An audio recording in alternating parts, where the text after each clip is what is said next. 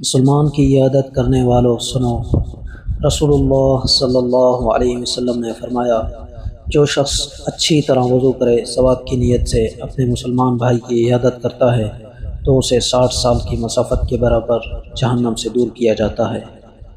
یا اللہ، میرے بس میں کچھ نہیں ہے، مجھ پر میری ہمت سے زیادہ آزمائش نہ ڈالنا، آمین۔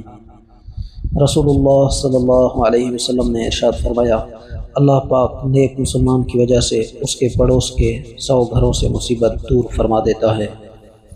رسول اللہ صلی اللہ علیہ وسلم نے فرمایا، مریض کی عیادت کرنے والا شخص واپس آنے تک جنت کے درمیان گزرنے والی روش پر ہوتا ہے۔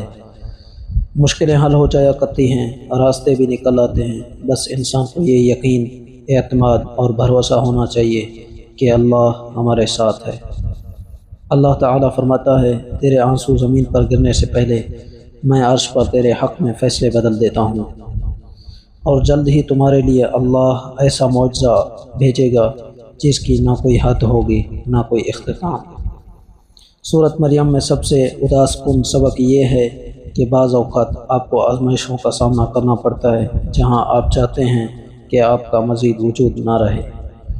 اللہ تعالیٰ فرماتا ہے، اگر میں تمہیں درد نہ دوں، تکلیف میں مبتلا نہ کروں تو تم کیسے جان پاؤ گے کہ میں ہی اس کا علاج ہوں۔ حضرت علی رضی اللہ عنہ نے فرمایا، تقدیر اللہ کے ایک اشارے پر بدل جاتی ہے، تم یقین رکھو وہ بہتر لے کر بہترین دے گا۔ قیس بن سکن اسدی رضی اللہ عنہ کہتے ہیں، حضرت عبداللہ بن مسعود رضی اللہ عنہ کی بیوی نے کسی بیماری کی وجہ سے دھاگا باندھا، آپ رضی اللہ عنہ نے سختی سے اسے کاٹ دیا اور کہا، رسول اللہ صلی اللہ علیہ وسلم کی جو باتیں مجھے یاد ہیں ان میں یہ بھی تھی کہ تعویذ اور دھاگا شرک ہے۔ دولت کی محبت کم کر دو، اندیشے کم ہو جائیں گے۔ اخلاق، جو لوگ کہتے ہیں کہ سچا انسان زبان کا کڑوا ہوتا ہے، ان کو بتاؤ کہ نبی کریم صلی اللہ علیہ وسلم سے زیادہ سچا اور میٹھا اخلاق والا کوئی بھی نہ تھا۔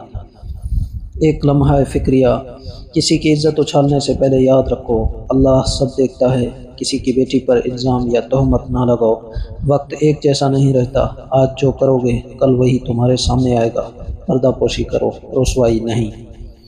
ایمان کی آزمائش، رسول اللہ صلی اللہ علیہ وسلم نے ارشاد فرمایا، فتنے ایسے آئیں گے جیسے اندھیری رات کے ٹکڑے، آدمی صبح مومن ہوگا اور شام کو کافر، یا شام مومن ہوگا اور صبح کو کافر، وہ اپنا دین دنیا کے تھوڑے سے فائدے کے بدلے بیچ دے گا۔ اگر تم تھوڑی سی آزمائشوں سے گھبرا کر اپنا یقین کھو بیٹھو گے تو تمہاری دعائیں کیسے قبول ہوں گی؟ قبولیت کا ایک اصول ہے، صبر رکھو، دعا کرتے رہو اور معجزوں کو پالو۔